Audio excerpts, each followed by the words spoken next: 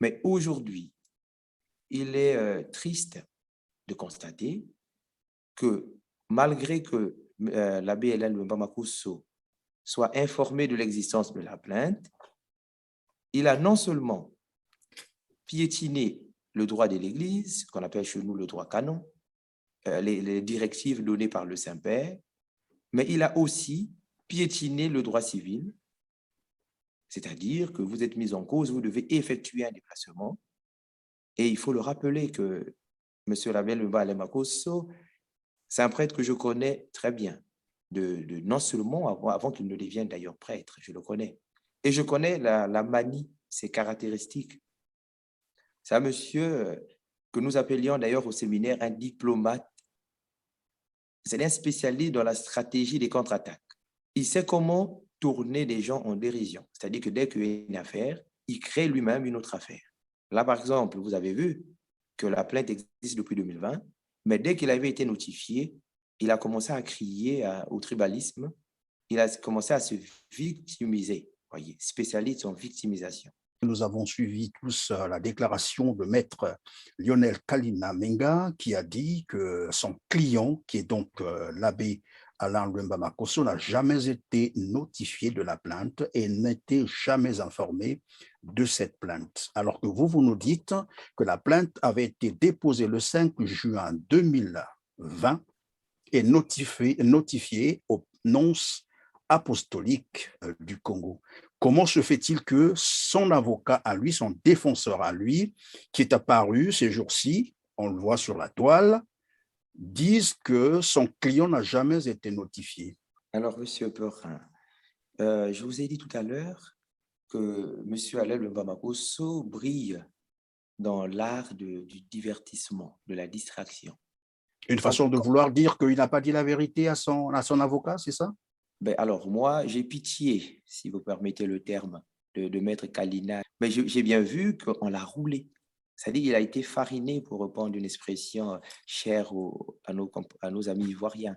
C'est-à-dire que pour moi, Maître Kalina s'est aventurier sur un terrain qu'il paraîtra un grand ignare. Pendant que vous êtes en train d'accuser l'abbé Alain Lwembamakoso, il se trouve que dans un audio qui a été, je crois que jusqu'à aujourd'hui, qui est largement diffusé d'ailleurs sur un média en ligne, on vous entend vous confier à quelqu'un, notamment à monsieur Garcia Franck Alain, de son petit nom Alain Lola.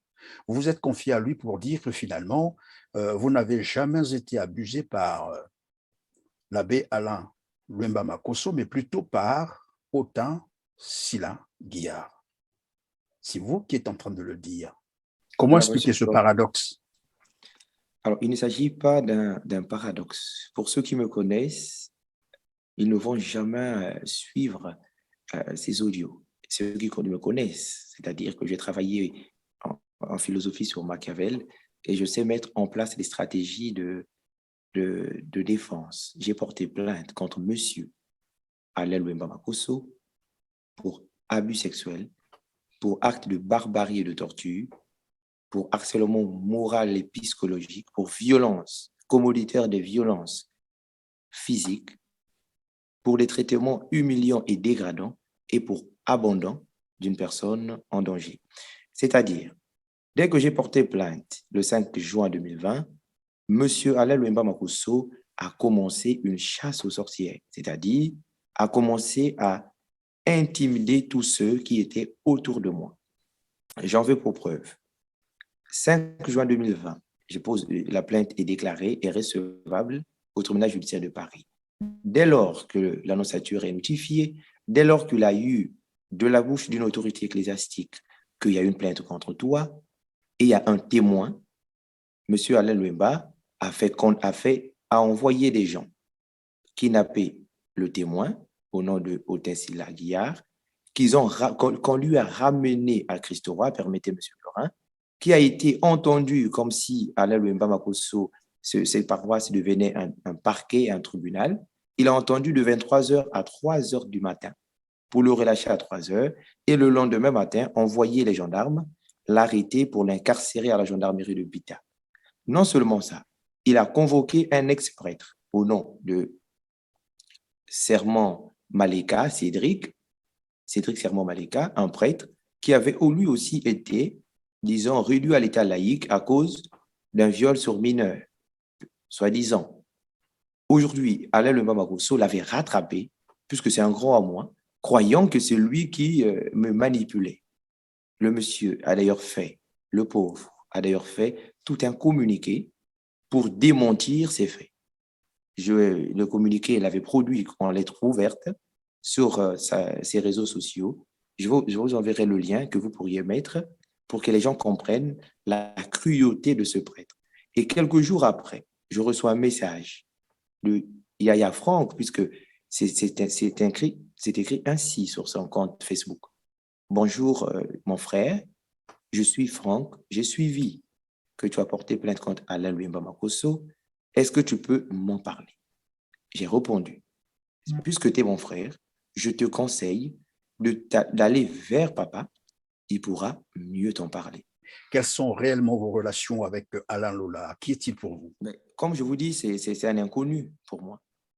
Et quand j'ai suivi son émission, moi-même, je voulais savoir qui il était réellement. Parce que quand il vient vers moi, il se présente comme Yaya Franck. Quand je lui donne le numéro de papa, il se présente auprès de papa comme Alain Lola. Vous comprenez qu'il a une litanie d'appellation. Et du coup, jusqu'à preuve le contraire, jusqu'à un mois qu'il demande à papa d'aller au Maroc prendre de l'argent envoyé par M. Alain Lwemba Makosso pour que la plainte soit retirée, papa me contacte. Ça, c'est Alain Lola qui vous le dit. Là, j'ai des messages de lui. Des messages enregistrés, Non, des capturés, c'est messages ça? écrits. Capturés, ok. Du coup, on a compris avec papa, mais qui était ce monsieur-là? Parce que si réellement il était notre frère, il ne devait pas, lui, venir jouer l'avocat de M. Alain Lwemba Makosso, qui est mon accusé. Avec papa, on a décidé de mettre en place une stratégie pour mieux le connaître. D'accord? Et du coup, puisque papa a beaucoup travaillé, vous connaissez son histoire, il me dira, quand il t'appellera, tu peux me sacrifier pour savoir ce qu'il est. Ce n'est que toi qui pourras nous aider à comprendre ce monsieur, qu'est-ce qu'il nous veut. Et moi, comme j'ai fait la philosophie, j'ai travaillé sur Machiavel, je lui ai dit, on va faire le jeu de dames. Je lui donnerai des pions pour entrer dans la couronne. Et donc, quand il m'appelle, je lui dis, écoute, d'ailleurs, Alain Lwemba Makosso ne m'a jamais violé. Alors, il était content, tout joyeux. On a compris qu'il venait pour cela. Et avant cela, puisqu'il donnait de l'argent, il voulait qu'il nous donne de l'argent pour retirer la plainte, j'ai commencé à le sacrifier, papa. J'ai dit, écoutez, Vincent, quelquefois, d'ailleurs, quand il appelait, j'étais avec papa. Vous voyez, on était avec papa assis dans sa maison. Et lui ne le savait pas. Alain Lola appelle. Et donc, mon papa me demande, ben, écoute, essaie de me sacrifier, on va voir finalement qu'est-ce qu'il veut. Et c'est dans ce contexte que nous disons des audios du genre, ben, écoute, c'est Autain, parce qu'Autain était déjà en prison à la gendarmerie. Ben, écoutez, c'est Autain qui m'a violé, c'est pas Alain Lola. Et c'est là où il va avouer, révéler son vrai visage. Il dira, j'ai des audios, je vous enverrai d'ailleurs, parce que même papa m'aidait à filmer l'appel, c'est même papa qui filmait l'appel, pour que nous ayons la véracité de cet audio. Parce que lui, ces audios doivent être soumis normalement à une vérification, à une authentification. Mais le nôtre, c'est des enregistrements vidéo. Donc, je parle au téléphone dans nos parleurs, papa filme avec son téléphone. Et qu'est-ce qu'il nous dira? Il dira, il n'y a pas trop longtemps là d'ailleurs, avant que l'évêque de Dolisie soit nommé, il était informé à Alain Lola. Il dit, Poussi, on est en train de nommer un évêque à Dolisie et c'est ton grand Alain Lwemba qui va passer évêque à Dolisie, mais c'est ton problème qui est en train de le bloquer. Donc, je te demande de faire une vidéo où tu vas dire que Alain Lwemba ne t'a jamais violé. Cette vidéo ne sera jamais diffusée. Ça va permettre qu'il passe évêque à Dolisie. Ensuite, on te donne une maison à Nantes. On te prend une inscription dans une grande université. On fera de toi un grand homme. J'ai dit, ben voilà des expressions que M. Alain Lwemba il disait de fort longtemps. Okay. Donc, si j'ai bien compris, la situation de Autain Silaguiar, c'est une forme de subornation de témoin, c'est ça? Alors, c'est d'ailleurs le terme qu'il faut. Il s'agit d'une subornation de témoin, il s'agit du chantage, d'une intimidation. Puisque la plainte est en cours, la règle de l'art voudrait, puisque ma plainte date du 5 juin 2020, où Autain Sila est témoin, Oui. Nous mettons en cause Alain Louemba Makosso. S'il était sage, le mieux serait d'effectuer le déplacement, de venir, même activer le procès où il est mis en cause pour prouver son innocence face à moi et Otinsila. Mais dès lors qu'il attaque Otinsila, cela signifie qu'il veut taire la vérité. Mais au lieu de parler de diffamation, l'abbé Alain Louemba Makosso devrait plutôt se présenter devant le tribunal pour expliquer que de parler d'une diffamation. Et j'ai même entendu dire maître, toujours Kalina, bien entendu, Lionel Kalina Menga, dire que finalement, il va vous porter plainte à Paris pour laver, voilà, il disait l'image de l'abbé Louemba Alain Makosso. Vous savez, Alors qu'il y a monsieur, déjà une plainte qui existe.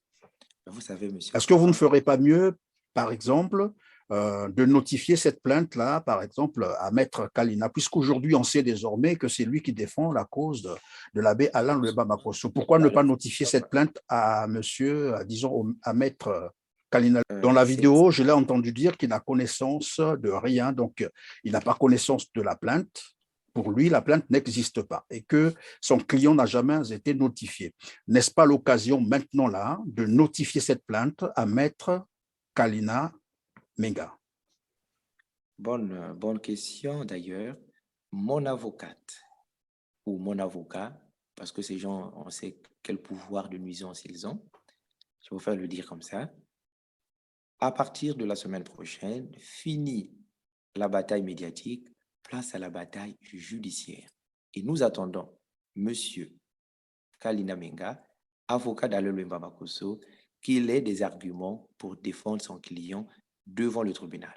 L'avocate va notifier, renotifier, saisir le tribunal de la Cité du Vatican, se constituer partie civile, ressaisir le nouveau nonce apostolique du Congo, ressaisir toutes les autorités judiciaires du Congo, et nous allons voir, et on lui enverra en copie l'existence de cette plainte du datant du 5 juin 2020. Nous allons voir ce que M. Kalina, qui lui, par son comportement, devient complice de son client. Il ne peut pas dire tout haut, affirmer l'inexistence d'une plainte qui a été notifiée à l'annonciature. Voilà pourquoi je vous ai dit que M. Alain Louemba Makosso a un tel génie de divertir les gens. Et là, la preuve, vous en avez.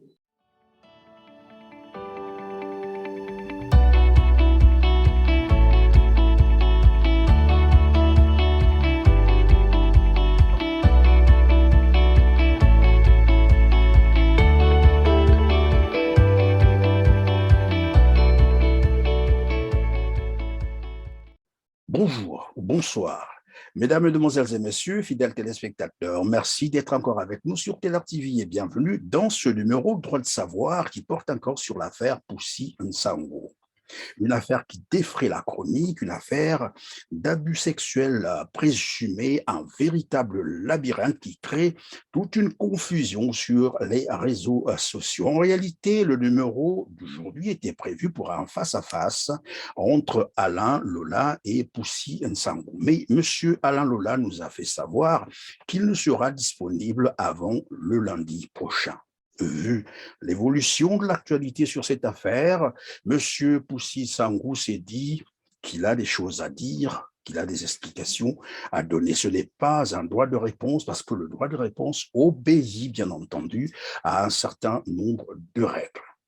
Il s'agit d'éclairer la lanterne. Voilà pourquoi nous le recevons aujourd'hui sur ce plateau de Teller TV. Nous ne sommes pas un tribunal. Nous sommes un média bien structuré, administrativement installé.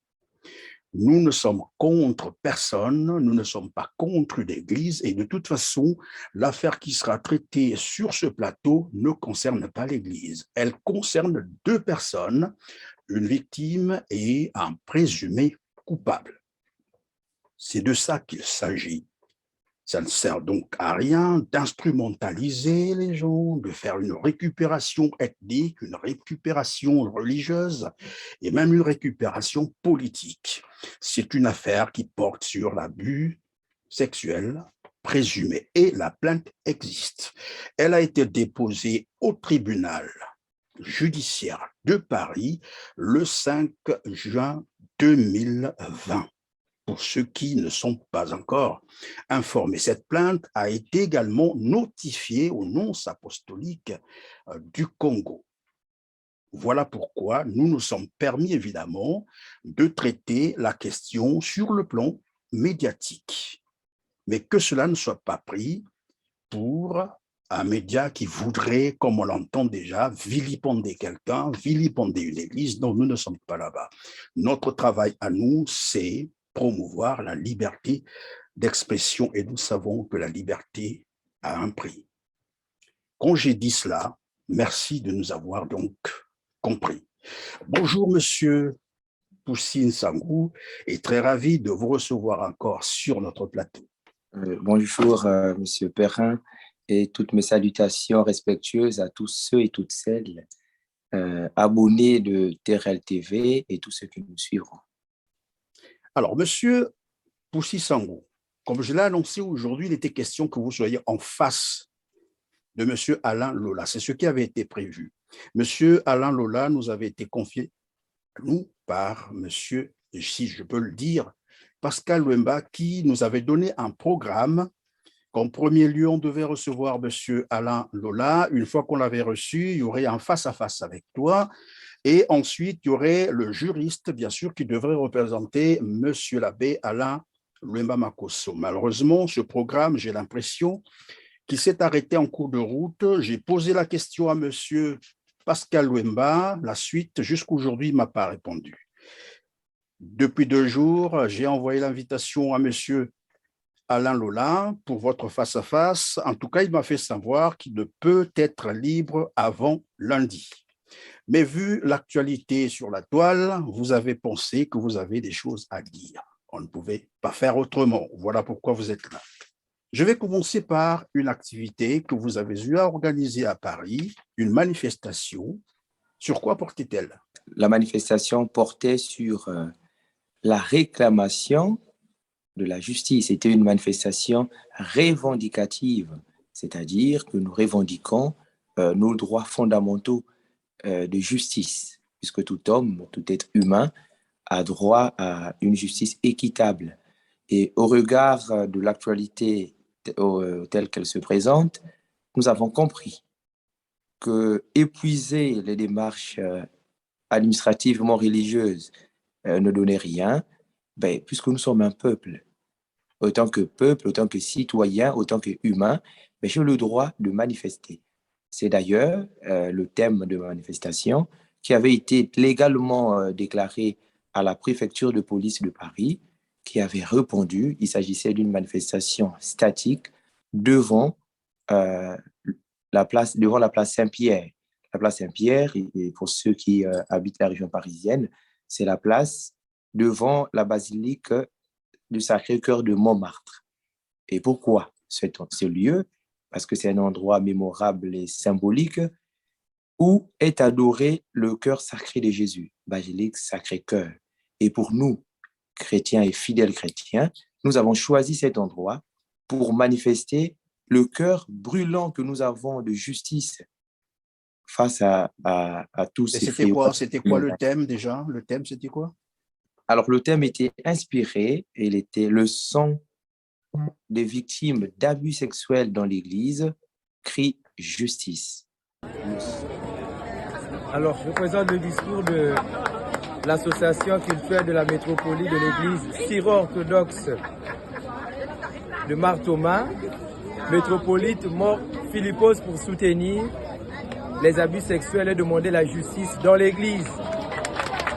Chers amis, chers poussiers, à travers toi, toutes les victimes d'abus sexuels, je tiens à ce que vous sachiez, en tant que métropolite de l'église syro-orthodoxe de Martoma, je suis auprès de toi, auprès de vous tous, qui d'une manière ou d'une autre avaient été victimes d'abus au sein d'une église dans laquelle vous fassiez confiance à ceux qui naturellement, par leur ordination, devaient être les éducateurs et non des destructeurs.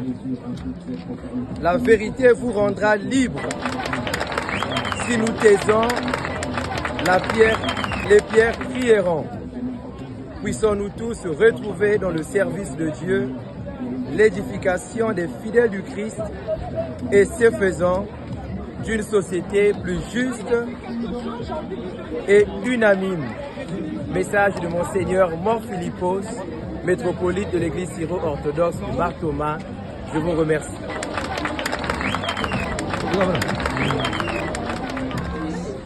Le sang des victimes d'abus sexuels dans l'Église, c'est-à-dire la souffrance des victimes.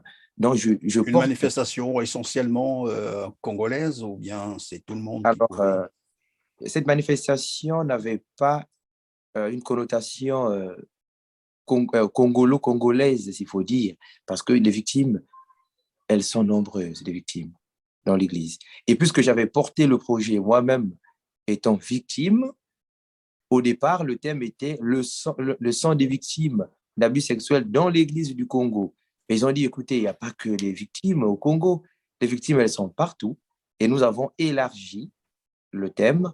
Et dans mon mot, le courrier que j'avais adressé à la préfecture de police de Paris, j'avais bien mentionné que dans l'Église en général, mais l'Église du Congo en particulier, puisque c'est de cette Église que je parle, où M. l'abbé Adlé Luemba Makosso est, lui, mon agresseur. Et donc, il ne faudrait pas qu'on puisse se disperser dans le combat. Moi, je ne combats pas l'Église.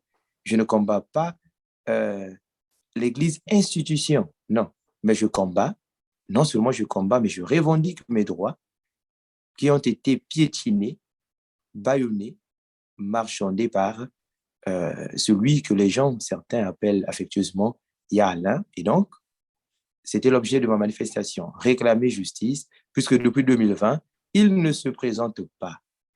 Nous jouons à une sourde oreille.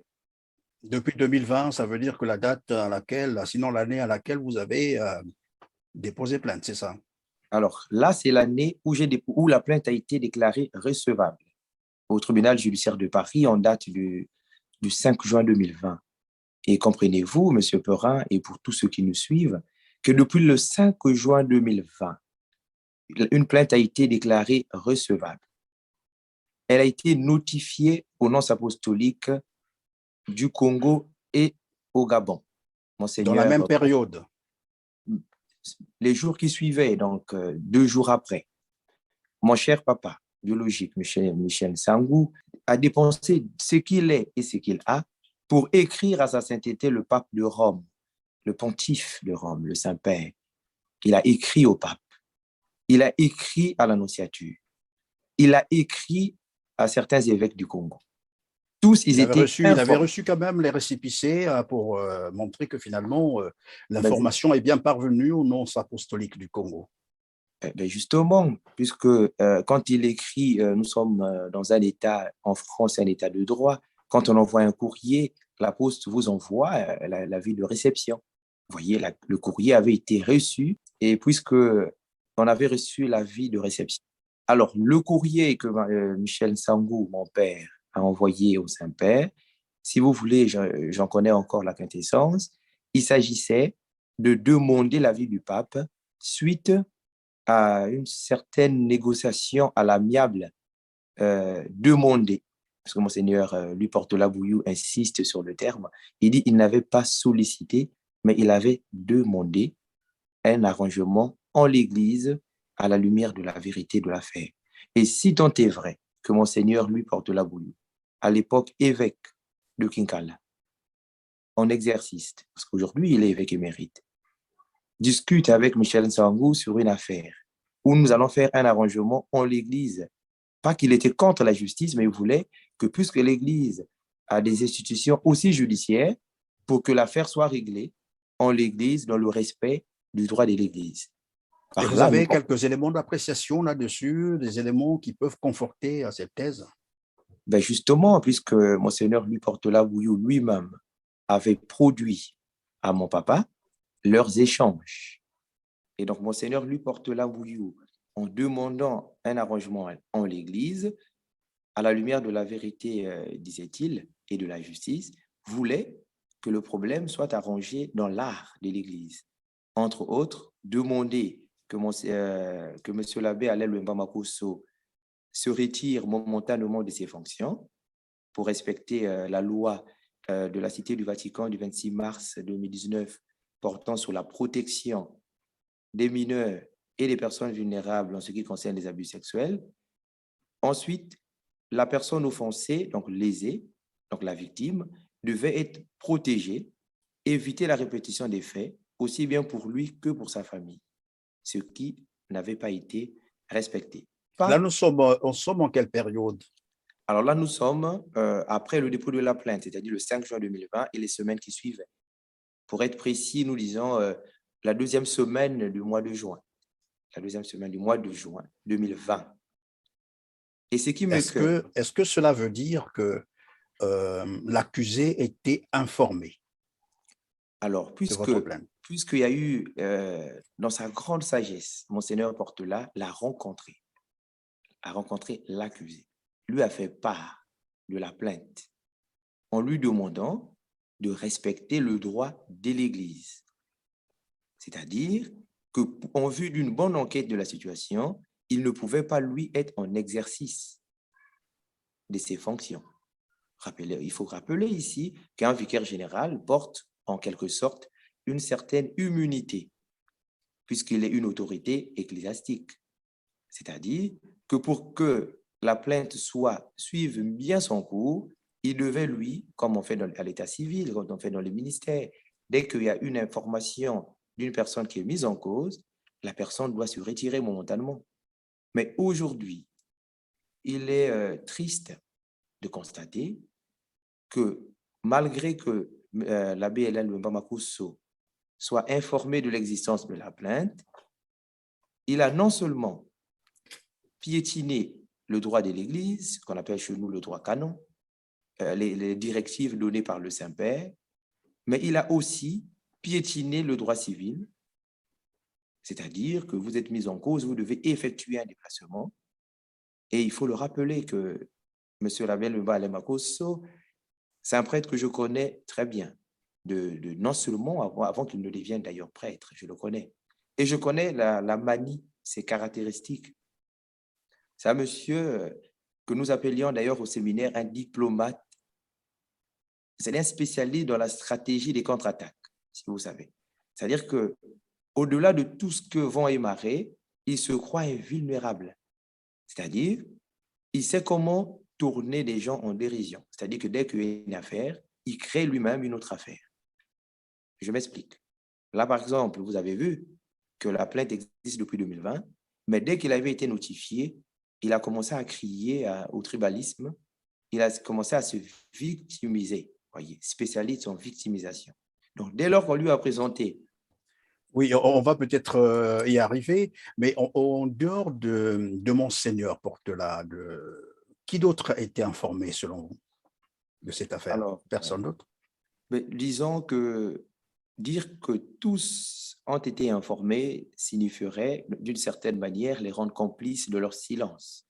Alors, l'Église est très structurée, c'est-à-dire que Alain Lwemba Makosso, monsieur Alain Lwemba Makosso, appartient au diocèse de Pointe-Noire, aujourd'hui archidiocèse de Pointe-Noire, donc il dépend de Monseigneur Miguel Olaverry. Ce qui revient à dire que l'archevêque de Brazzaville, même s'il était informé, n'a pas à se mêler des affaires qui concernent l'archidiocèse de Pointe-Noire, puisqu'ils ont un évêque qui dirige son diocèse en toute autonomie. Vous voyez? Alors, pourquoi les autres évêques ne sont pas considérables ou justiciables en ce qui concerne leur silence? C'est parce qu'ils ont le rôle d'observateur. Ils peuvent donner un conseil et non s'imposer. C'est-à-dire que tous les évêques par là sont informés de l'affaire, mais ils attendent que Monseigneur Miguel Olaverry, lui qui est le supérieur hiérarchique de Alain Lwemba Makosso, monsieur l'abbé Alain Lwemba Makosso, pour respecter son statut, prenne des décisions. Voyez? Oui, mais je vous pose cette question simplement parce que nous avons suivi tous la déclaration de maître Lionel Kalina Menga qui a dit que son client, qui est donc l'abbé Alain Lumba Makosso n'a jamais été notifié de la plainte et n'était jamais informé de cette plainte. Alors que vous nous dites que la plainte avait été déposée le 5 juin 2020 et notifiée au nonce apostolique du Congo. Comment se fait-il que son avocat à lui, son défenseur à lui, qui est apparu ces jours-ci, on le voit sur la toile, disent que son client n'a jamais été notifié? Alors, Monsieur Perrin, je vous ai dit tout à l'heure que Monsieur Alain Mbamakosso brille dans l'art du divertissement, de la distraction. Une façon de vouloir dire qu'il n'a pas dit la vérité à son avocat, c'est ça? Ben, alors, moi, j'ai pitié, si vous permettez le terme, de Maître Kalina, que je salue, Menga, que je connais très bien, un brillant avocat du barreau de Pointe-Noire, mais j'ai bien vu qu'on l'a roulé. C'est-à-dire qu'il a été fariné, pour reprendre une expression chère à nos amis ivoiriens. C'est-à-dire, je vous montre l'incompatibilité et les incohérences. Ce qui frise d'ailleurs l'ignorance du dossier de Maître Kalina Menga. C'est-à-dire que pour moi, Maître Kalina s'est aventurier sur un terrain qu'il paraîtra un grand ignare. Parce que le droit civil qu'il lui a fait au séminaire, qu'il a fait à l'université, est très limité par rapport au droit canon. J'en veux pour preuve, si vous voulez. Permettez. Maître Kalina Menga nous a dit que qui est Poussi Sangou, c'est un jeune qui était au grand séminaire de Maïdi, et que pour Maître Kalina Menga, le grand séminaire de Maïdi n'appartient pas à une circonscription gérée par le monsieur le vicaire général, son client. Ce qui est faux et archi faux, ce qui prouve d'ailleurs que Maître Kalina est aujourd'hui incompétent pour accompagner une telle affaire. Je vous réponds. Étant séminariste de Pointe-Noire, quand je suis envoyé en RDC au séminaire de Maïdi, je dépends du diocèse de Pointe-Noire. C'est-à-dire que mon supérieur hiérarchique au séminaire, c'est Monseigneur Miguel qui m'envoie. C'est-à-dire que le séminaire n'a que pour rôle de suivre mes évolutions, c'est-à-dire que ma vie communautaire, ma vie intellectuelle, ma vie spirituelle, ce qui constitue les 3 S de la règle du séminaire, sciences, santé, sainteté. Et à la fin de l'année, ce n'est même pas ce recteur qui décidera. Il fera un rapport qui sera envoyé à qui de droit. Qui de droit, c'est donc Oui, mais qui? pendant que vous parlez évidemment du séminaire de Maïdi, c'est bien cela, Maître Kalina, je l'ai encore aussi suivi, il dit que vous n'avez jamais terminé votre cycle au séminaire de Maïdi, vous y avez été viré pour cause de folie. Alors, Est-ce que vous pouvez revenir sur ce petit parcours scolaire? Ben, soyez que, voilà pourquoi je dis, j'ai des larmes quand je vois un avocat venir parler des choses non vérifiables à la télévision. C'est-à-dire que si M. Kalina Menga avait pris son soin de consulter même un prêtre, il ne devait même pas dire les inepties, les avanies qu'il a pondues à la télévision. Je vous rappelle que je suis au séminaire de Maïdi. J'ai fini le cycle de ce séminaire, le cycle respecté par l'Église, c'est-à-dire que le cycle de philosophie dans l'Église du Congo, c'est-à-dire 2 ans de philosophie sanctionné par un stage intercycle. Vous voyez? Et donc, je suis en 2014. J'ai fait ma mi-session, c'est-à-dire qu'on appelle deuxième année sortant, si vous voulez, et ma moyenne me permet de valider l'année. Et d'ailleurs, quand je demande à mon recteur que je dois rentrer, il me répond très clairement, il dit, écoute, tu as fait ta mi-session, il ne te reste plus grand-chose à faire. Et d'ailleurs, quand je rentre en février 2014, je suis reçu par qui? Par le recteur du philosophat de Brazzaville, où, ceux qui sont séminaristes me le diront, ils n'ont que 2 ans de philosophie, alors qu'en RDC, nous avons 3 ans. Et donc, quand je rentre au Congo, étant séminariste de Pointe-Noire, Vous rentrez pourquoi? Alors, je rentre, parce que la répétition, c'est la mère des sciences, parce que je me sentais en insécurité. Monsieur l'abbé Alain Mbamakosso, puisque je dénonçais ses pratiques fétichiques, traditionnalistes et sa manie de la Grande Loge du Congo dont il est membre. J'en ai de preuves. Vous Et dites, je pardon, dénonçais aussi, vous avez permettez-moi, dit, Foussi, qu'il est quoi, pardon? ben, il est membre de la Grande Loge du Congo. La Grande Loge du Congo. C'est-à-dire, c'est une loge qui a été créée, la loi, je vous enverrai les éléments, ça a été créé en 2001 et en 2002, ça a été Oui, validé. mais attendez, déclarer c'est bien, dire c'est bien, mais moi je voulais un peu, est-ce qu'on a les éléments d'appréciation là-dessus? Parce que ce sont quand même des déclarations qui demain Écoutez, peuvent vous avez encore attirer la reçu, foudre. Ce que vous vous avez dites, comment? reçu, suivez, vous avez reçu Monsieur Alain Lula qui s'est présenté comme mon cousin, toujours dans cette perspective de distraire la galerie, parce qu'il n'appartient pas à ma famille. Si vous voulez une parenthèse, je n'ai jamais vu un monsieur de ma vie au nom de Alain Lula. Cette tête, je ne l'ai Oui, jamais on servi. va revenir aussi sur cet aspect de Voilà, donc votre, je entre reviens sur guillemets, la cousin. question, si vous Vous êtes en permettez, train de parler de, de voilà, mon parcours au séminaire. Et donc, oui. le parcours au séminaire, je l'ai fini, puisque quand je suis rentré, j'ai fait un stage intercycle en 2015 et 2016. J'en veux pour Moi, je veux preuve. qu'on s'arrête d'abord un instant à ce que vous venez de prononcer tout à l'heure, parce qu'évidemment, les gens nous suivent. Après, bon, voilà, je sais qu'il y aura un retour, mais pas toujours aussi courtois. Vous avez dit qu'il est membre d'une loge donnée. Bon, voilà, chacun est libre, bien sûr, hein, de ses croyances, mais quand vous dites ça, j'ai posé la question de savoir tout à l'heure, avez-vous les éléments d'appréciation? Pouvez-vous défendre cette thèse n'importe où? Vous savez, Monsieur Perrin, personne dans l'Église du Congo ne connaît Monsieur Alain Luemba Makosso mieux que moi. Je pèse Pourquoi? bien mes mots.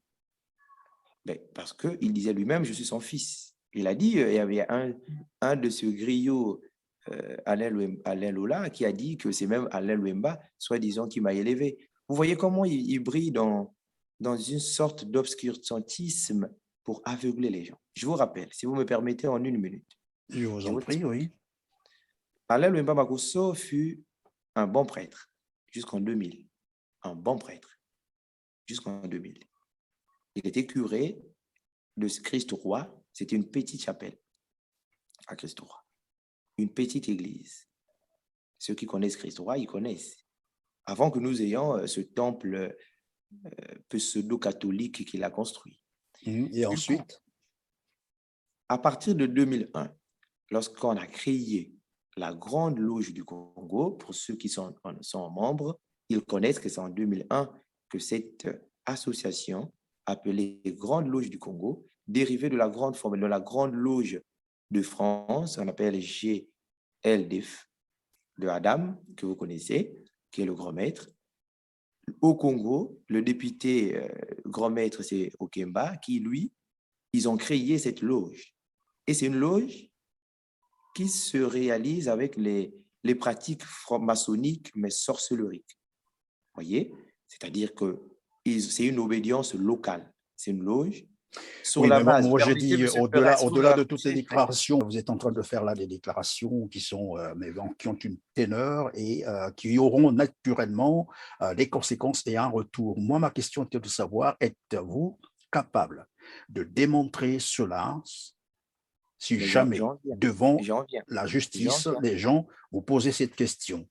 Mais j'en viens. C'est une association, vous voyez. C'est une association, c'est déclaré. Si vous allez à la préfecture de Pointe-Noire, vous vous renseignez parmi les associations enregistrées là-bas, vous vous rendrez compte qu'il y a une association au nom de la Grande Loge du Congo. Si vous voulez, je vous enverrai une pièce que vous pourrez diffuser pour ceux qui vous suivent, pour au moins lever leur curiosité.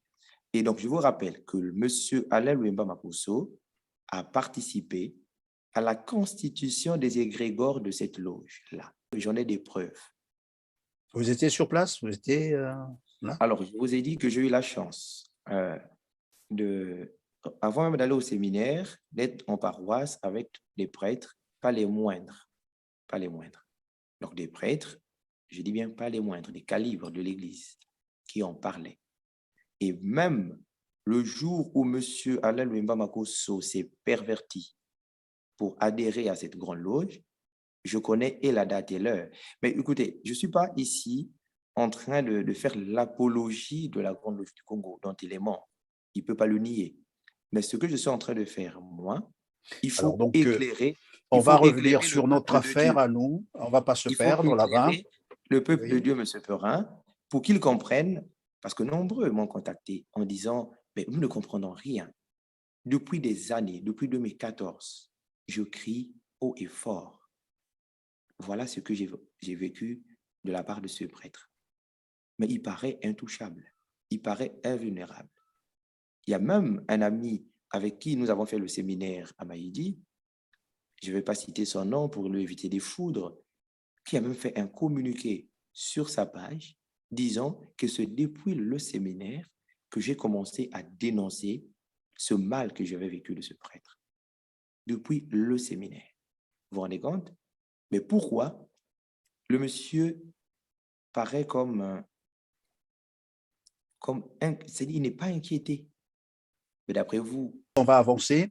L'acte a été posé. De toute façon, vous en avez déjà parlé, longuement parlé. Il y a certains éléments que les gens pourront donc aller suivre les premières émissions. Mais ici, nous revenons parce qu'il fallait un petit éclairage sur un certain nombre de choses qui se disent d'ailleurs, hein, sur la toile, nous avons vu.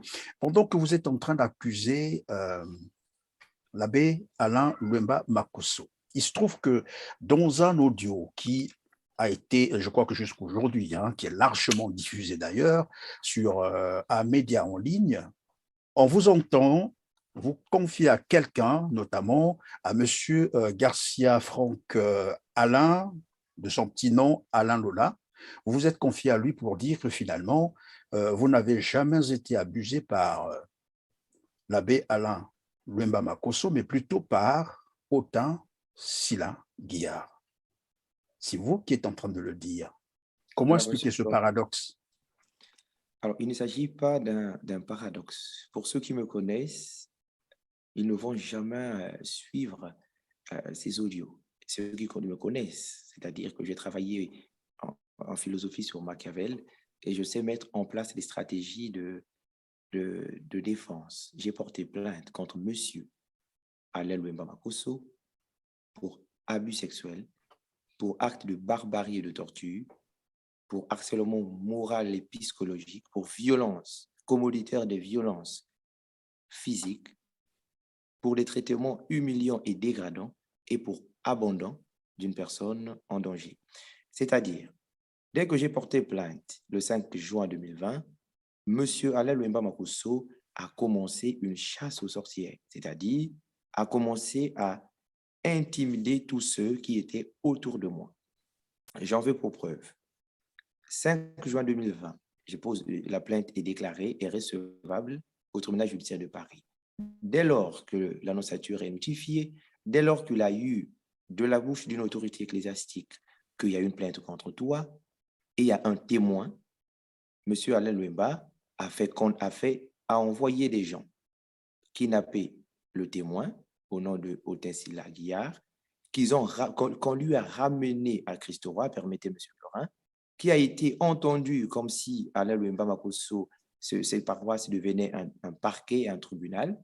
Il a entendu de 23h à 3h du matin pour le relâcher à 3h et le lendemain matin, envoyer les gendarmes, l'arrêter pour l'incarcérer à la gendarmerie de Bita.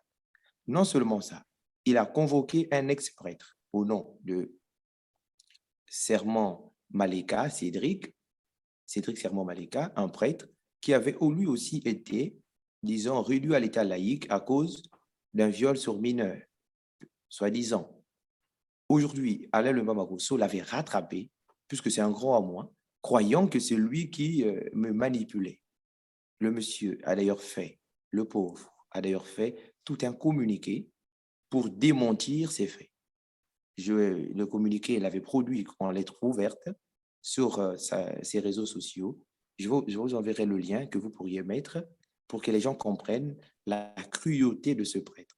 Et quelques jours après, je reçois un message de Yaya Franck, puisque c'est écrit ainsi sur son compte Facebook.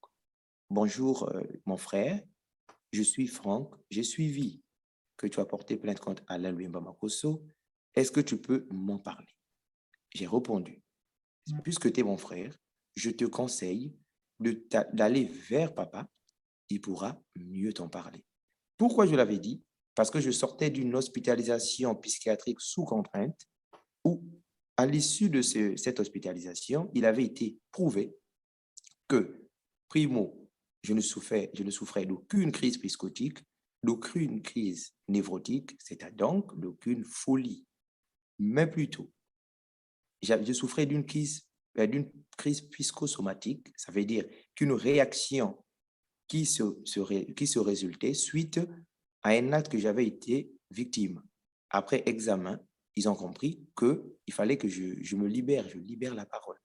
Le médecin m'a demandé, qu'est-ce que tu as vécu dans ta vie qui peut bien remonter surface à chaque fois? Je me suis confié au médecin avec examen. Ils ont compris que j'avais été victime de viol. Vous vous rendez compte? Mais j'ai refusé de dire ça à Alain Lola parce que je ne le connais pas. Je ne l'ai jamais vu. Je ne connais aucun membre de ma famille. Pendant qu'on est là, avant qu'on puisse continuer, quelles sont réellement vos relations avec Alain Lola? Qui est-il pour vous? Mais comme je vous dis, c'est un inconnu pour moi. Et quand j'ai suivi son émission, moi-même, je voulais savoir qui il était réellement. Parce que quand il vient vers moi, il se présente comme Yaya Franck. Quand je lui donne le numéro de papa, il se présente auprès de papa comme Alain Lola. Vous comprenez qu'il a une litanie d'appellation. Et du coup, jusqu'à un mois qu'il demande à papa d'aller au Maroc prendre de l'argent envoyé par M. Alain Louemba Makosso pour que la plainte soit retirée, papa me contacte. Ça, c'est Alain Lola qui vous le dit. Lola, j'ai des messages de lui. Des messages enregistrés, Non, des capturés, c'est messages ça? écrits. Capturés, ok. Capturés. Ben, ça existe encore puisqu'il m'écrivait sur Messenger. Parce que vous comprenez que je ne le connais pas, puisqu'il m'écrivait sur Messenger, il n'avait pas mon numéro. Voyez? Du coup, on a compris avec papa, mais qui était ce monsieur-là? Parce que si réellement il était notre frère, il ne devait pas, lui, venir jouer l'avocat de M. Alain Louemba Makosso, qui est mon accusé. Avec papa, on a décidé de mettre en place une stratégie pour mieux le connaître. D'accord? Et du coup, puisque papa a beaucoup travaillé, vous connaissez son histoire, il me dira, quand il t'appellera, tu peux me sacrifier pour savoir ce qu'il est. C'est une méthode. Moi, je connais son histoire, mais ceux qui nous suivent ne connaissent pas. Alors, Juste un monsieur petit mot Sangou, là-dessus pour que vous les gens connaissez comprennent. Il est quoi? Alors, mon papa, il est d'une sagesse extraordinaire, mon père. Vous voyez, il n'a pas fait des études universitaires. D'ailleurs, des diplômes ne sont qu'une présomption d'intelligence. Mais monsieur Sangou est très assis sur la sagesse et l'intelligence, la vraie d'ailleurs. Il me dit, ce n'est que toi qui pourras nous aider à comprendre ce monsieur, qu'est-ce qu'il nous veut. Et moi, comme j'ai fait la philosophie, j'ai travaillé sur Machiavel, je lui ai dit, on va faire le jeu de dames. Je lui donnerai des pions pour entrer dans la couronne. Et donc, quand il m'appelle, je lui dis, écoute, d'ailleurs, Alain Louemba Makosso ne m'a jamais violé. Alors, il était content, tout joyeux. On a compris qu'il venait pour cela. Et avant cela, puisqu'il donnait de l'argent, il voulait qu'il nous donne de l'argent pour retirer la plainte, j'ai commencé à le sacrifier, papa. J'ai dit, écoutez, Vincent, quelquefois, d'ailleurs, quand il appelait, j'étais avec papa. Vous voyez, on était avec papa assis dans sa maison. Et lui ne le savait pas. Alain Lola appelle. Et donc, mon papa me demande, écoute, essaie de me sacrifier, on va voir finalement qu'est-ce qu'il veut. Et c'est dans ce contexte que nous disons des audios du genre, écoute, c'est Autain, parce qu'Autain était déjà en prison à la gendarmerie. Mais écoutez, c'est Autain qui m'a violé, c'est pas Alain Lola. Et c'est là où il va avouer, révéler son vrai visage. Il dira, j'ai des audios, je vous enverrai d'ailleurs, parce que même papa m'aidait à filmer l'appel, c'est même papa qui filmait l'appel, pour que nous ayons la véracité de cet audio. Parce que lui, ces audios doivent être soumis normalement à une vérification, à une authentification. Mais le nôtre, c'est des enregistrements vidéo. Donc, je parle au téléphone de nos parleurs, papa filme avec son téléphone. Et qu'est-ce qu'il nous dira? Il dira, il n'y a pas trop longtemps là d'ailleurs, avant que l'évêque de Dolisie soit nommé, il était informé à Alain Lola. Il dit, Poussi, on est en train de nommer un évêque à Dolisie et c'est ton grand Alain Louemba qui va passer évêque à Dolisie, mais c'est ton problème qui est en train de le bloquer. Donc, je te demande de faire une vidéo où tu vas dire que Alain Louemba ne t'a jamais violé. Cette vidéo ne sera jamais diffusée. Ça va permettre qu'il passe évêque à Dolisie. Ensuite, on te donne une maison à Nantes. On te prend une inscription dans une grande université, on fera de toi un grand homme. J'ai dit, ben voilà des expressions que M. Alain Louemba il disait de fort longtemps, que voilà, accepte mes propositions, je ferai de toi un grand homme. Et nous avons pris cet enregistrement que j'ai dit à papa, avec cet enregistrement, nous saurons où envoyer ça. Voyez? Parce que comment admettez-vous que Alain Louemba Makosso soit informé qu'il sera évêque à Dolisie? Vous comprenez que c'est un homme qui brille dans le divertissement, qui brille dans la manie, parce que c'est le secret du pape, la nomination d'un évêque. Ils ont commencé à m'accuser d'ailleurs, que moi, Poussi Sangou, que j'attaque Alain parce que j'étais contre son association sociale. J'ai eu fuité sur les réseaux. Oui, on a aussi dit que vous avez demandé à l'abbé Alain Louemba Makosso de vous nommer à un poste donné, ce qu'il n'avait jamais fait. Et suite à cela, vous avez commencé à vous acharner contre lui au point de, voilà, de porter atteinte à sa personnalité. Voilà. Monsieur Perrin, je vous ai dit en amont que Alain Louemba Makosso, sa plus grande capacité, c'est la stratégie maléfique communicationnelle. C'est un monsieur que je connais bien. Je peux vous le définir de A à Z. Tout ce qu'il sait faire, c'est dès lors qu'il y a une affaire, de créer une autre affaire, de créer une diversion. Quand vous faites une analyse logique de l'histoire, chronologique même de l'histoire, que j'ai commencé à l'accuser, ils m'ont fait interner, séquestrer dans des groupes de prière. Lui, le vicaire général, ne disait aucun mot. Un jour, ils disent que je ne suis pas prêtre.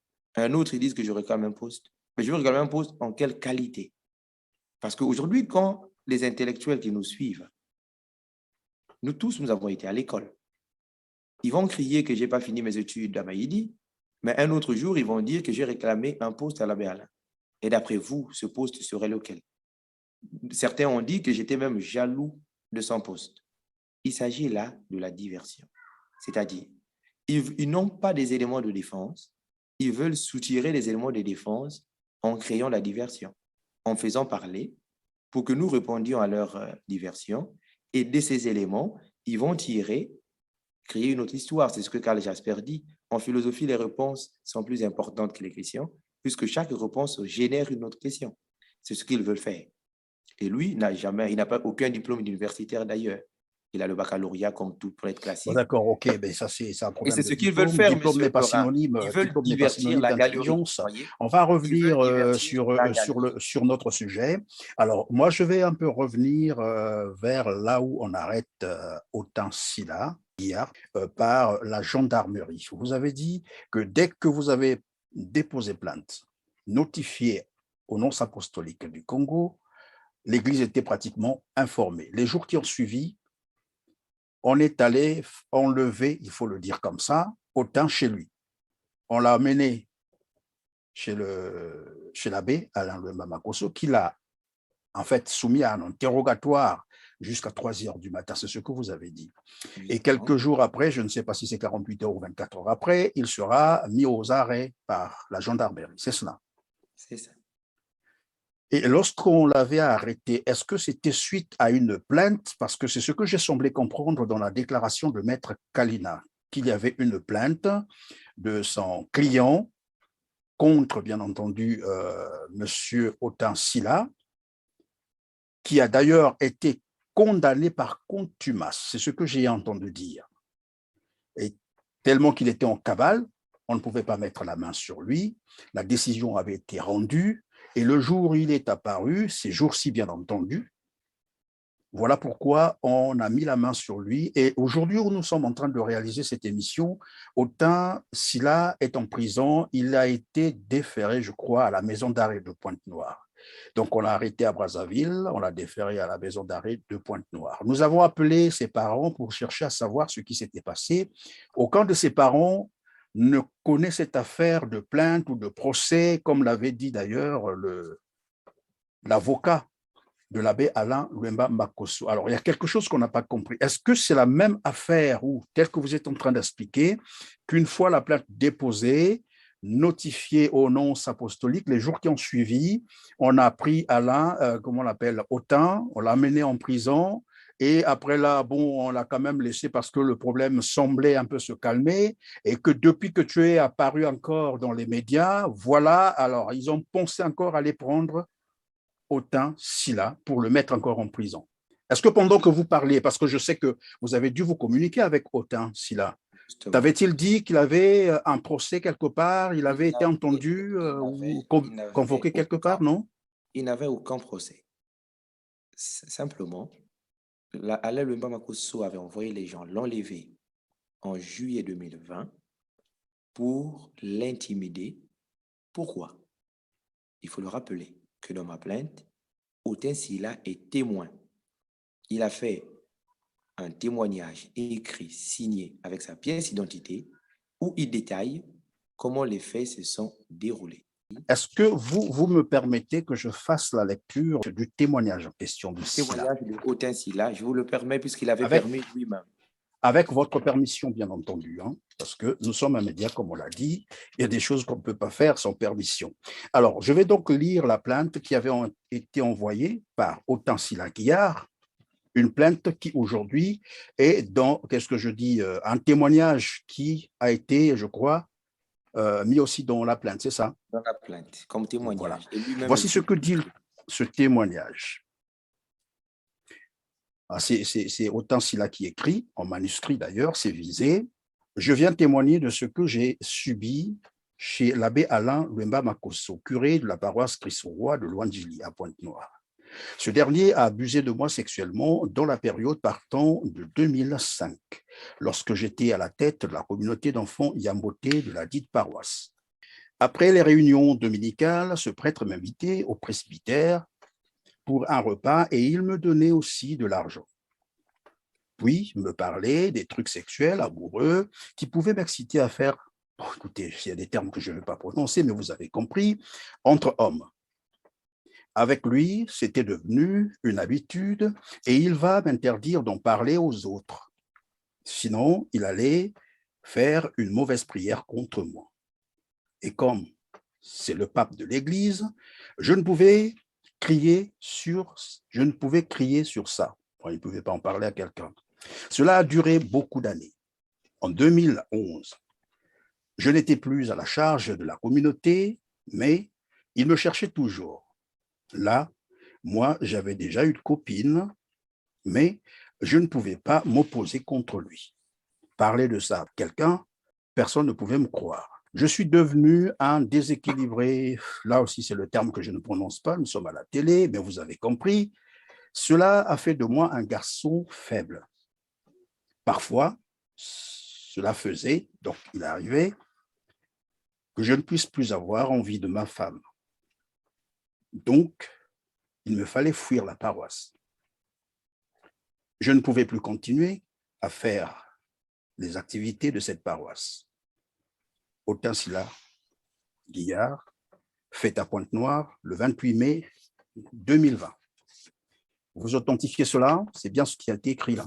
C'est bien ce qui a été écrit. Et vous avez déposé, ça aussi vous avez mis dans la plainte. Voilà, cette odyssée figure dans la plainte.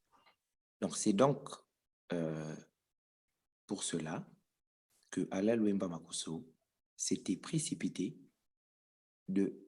d'enlever Autain Sylla, l'incarcérer, en fonction, non seulement, c'est pas à cause d'une diffamation, mais il a ramassé, si vous voulez, les victimes de Autain, puisque Autain l'a dit, vous avez, pour respecter le média, puisque nous sommes là en vérité, Autain déclare dans ce témoignage qu'il est devenu un déséquilibré sexuel, c'est-à-dire un bisexuel, entre guillemets. Donc, il sort aussi bien avec des femmes que des hommes. Mais lui n'est pas allé violer. Donc, Alain Lumba Makosso, puisque il sortait avec Autain Sylla, à en croire le témoignage écrit, signé par Autain lui-même, il connaissait donc aussi les jeunes de la paroisse co-abusaient avec lui, s'il faut le dire. Mais à la différence, c'est que Autain, je pense, n'a jamais violé. Parce que je disais la fois dernière que moi, je ne suis pas contre les homosexuels, puisque en France, ici, c'est légalisé. Mais au Congo, ce n'est pas légalisé. Vous voyez? C'est pas légalisé. Et aujourd'hui, c'est condamnable. Je peux vous poser une question, c'est vrai qu'elle est embarrassante, mais vous êtes libre de répondre ou non. Vous êtes homo, vous aussi? Mais moi, celui qui tuerait, je vais le couper la tête. Permettez le terme, vous pouvez retirer. Moi, jamais au monde, je ne le ferai. Jamais au monde. Alors, ben Mais je suis, dites-moi, permettez, pourquoi est-ce que monsieur vous Perrin, avez... 30 Oui, secondes. Je suis partisan de la liberté. J'ai travaillé sur Jean-Paul Sartre dans mon Master 2. Nous sommes une liberté qui choisit. Dieu n'est pas un dictateur.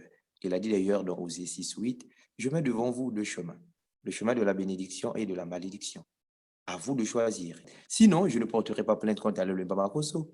Voyez le paradoxe? Si j'étais partisan de ces pratiques, mais je devais assumer, écumer ces pratiques d'Alain Bamakosso. Mais si je le porterais plainte jusqu'à mourir, jusqu'à donner ma vie, ce monsieur doit répondre devant la justice des actes qu'il a posés. Et sur moi, c'est un viol sous la drogue.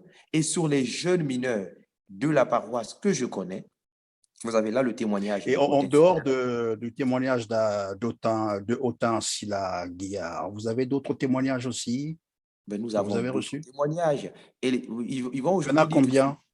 Vous en avez combien alors, sur finalement? lui, sur lui, des témoignages écrits, manuscritement signés, où les jeunes ont déclaré de porter plainte contre lui. Nous sommes sept jeunes abusés, mineurs, abusés par ce monsieur. Et si j'élargis la liste, nous serons 27, si je comprends, avec les personnes vulnérables. Attendez, si vous permettez, monsieur Perrin, je vous raconterai une anecdote. Ce monsieur, Alain Bamakosso, il n'y a même pas 2 ans, il y a quelques années de cela, a abusé d'une jeune fille à la paroisse Christ-Roi de Noisily, qu'il a engrossée. Il a fait avorter la fille. Malheureusement, la fille a rendu l'âme. Nous prierons pour le repos de son âme, nous, le collectif de victimes, et moi, je suis leur ambassadeur. Et vous savez qu'est-ce qu'il a fait pour s'échapper? Il a pris un jeune de la paroisse pour dire à ce jeune d'aller assumer la paternité de cette grossesse. Le jeune l'a fait. Bon, Il est écoute, parti. mais Permettez, je finis, monsieur tout ce que Perrin. moi je veux, Poussy, je ne sais pas si on se comprend, de toutes tes déclarations, que tu sois capable un jour, devant le tribunal, de répondre et de démontrer cela.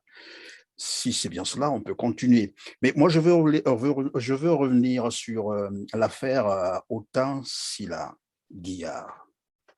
Vous avez dit tout à l'heure que c'était une façon pour vous de tourner en dérision Alain Lola, qui finalement était en train de vous épier parce que finalement, il voulait avoir beaucoup plus d'informations sur vous et quitte à vous faire quelques propositions, de la médiation, pourquoi pas, à l'arrangement à l'amiable, comme il avait dit. Mais qu'est-ce qui vous a poussé finalement de dire que ce n'est pas... Vous l'avez expliqué tout à l'heure, c'était pour tourner l'autre en dérision. Mais pourquoi donc avoir choisi Autain Silla Guillard comme votre agresseur pour tourner l'autre en dérision? Alors, parce que Alain Lola, en vertu de leurs enquêtes avec son bourreau d'Alain Bamakosso, permettez le terme, avait compris que Autain Silla avait non seulement qu'il témoignait, mais il sortait, comme il a dit à la lecture minutieuse et avec une voix merveilleuse que vous venez de faire, audible d'ailleurs, de son témoignage. Il le dit bien, qu'il était devenu un déséquilibré sexuel. C'est-à-dire qu'aujourd'hui, il y a une loi dans la criminologie qui dit, pour obtenir ce qu'on n'a jamais eu, il faut faire ce qu'on n'a jamais fait. C'est-à-dire qu'il faut lui donner quelque chose de valeur pour qu'il te donne quelque chose de valeur. C'est-à-dire que je lui mets sur un terrain que c'est Autain Silla mon agresseur, alors qu'il y a un témoignage qui est écrit, il y a une plainte qui est en cours. Tout ce que nous dirons, ce sont des digressions. S'il était intelligent, il devait comprendre dès le début qu'il y a une plainte qui est en cours avec des témoignages et je n'ai cité aucun élément constituant dans cette plainte. Parce que, permettez, si vous le voulez, de nombreuses personnes me contactaient pour savoir la quintessence de cette plainte. On leur disait simplement que la plainte, c'est contre Alain Luemba Makosso pour abus sexuels. Point. D'accord? Mais il y a d'autres charges sur lui. Il y a d'autres témoignages sur lui. Et nous ne voulons pas leur donner pour leur donner de la matière de défense. Vous voyez? Et donc, puisque sur conseil d'un ami avocat, il me dira, ben écoute, puisque tu subis des harcèlements sur ce sujet, tous les jours, matin, midi, soir, jusqu'aujourd'hui, mon téléphone n'arrête pas de sonner, les gens n'arrêtent pas de m'appeler pour m'espionner. Oui, je suis X, je compatis avec toi. Est-ce que tu peux me dire pourquoi tu as porté plainte contre Alain Francoso? Que des messages, que des appels. Et moi, je vous dis que je suis philosophe Congo. Dans notre sagesse Congo, c'est être en silence et faire silence. Dès lors qu'il y a des éléments, des gens qui te harcèlent, surtout que ma famille était en danger au pays, nous en avons pour preuve. Autant s'il avait été enlevé la nuit, kidnappé, envoyé chez son bourreau, pour moi que j'appelle Ponce Pilate, donc envoyé chez Ponce Pilate. Il est jugé par son agresseur. L'agresseur le juge lui-même. Et Autain répond, il a dit lui-même, qui lui répond que tu as fait ça, tu as fait ça, tu as fait ça. Il confirme les faits. Ainsi, Alain Lemba Makosso va lui dire, mais oui, Poussi t'a grillé d'ailleurs. Il dit non, Poussi ne peut jamais me griller, il est en train de protéger sa famille. Il faut le rappeler d'ailleurs, c'est un détail important, que ma mère ainsi que mes frères et sœurs sont aujourd'hui à Pointe-Noire. Et aujourd'hui, au regard de la cruauté, de la barbarie qui se décline et qui se confirme de ce monsieur, puisque Autain s'il a aujourd'hui croupi à la maison d'arrêt où il est tabassé nuit et jour, imaginez que s'il faisait la même chose pour ma mère, pour mes sœurs, et d'ailleurs, il a convoqué ma petite sœur, donc notre Benjamin, aussi à Christo. Qui a convoqué votre petite sœur? Ben, Alain Lemba Makosso. Après le dépôt de la plainte, il a convoqué ma petite sœur. Puisque ma petite sœur est catholique, tous nous sommes des catholiques. Il a convoqué. Donc, si j'ai bien compris, la situation de Autain Silaguiar, c'est une forme de subornation de témoin, c'est ça? Alors, c'est d'ailleurs le terme qu'il faut. Il s'agit d'une subornation de témoins, il s'agit du chantage, d'une intimidation.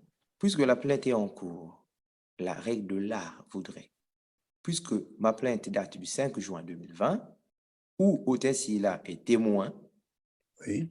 où nous mettons en cause Alain Lemba Makosso, s'il était sage, le mieux serait d'effectuer le déplacement, de venir, même activer le procès où il est mis en cause pour prouver son innocence face à moi et Autain Sila.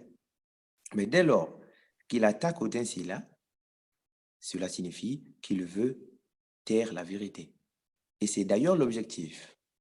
Alain Lula l'a confirmé dans les audios que je vous enverrai.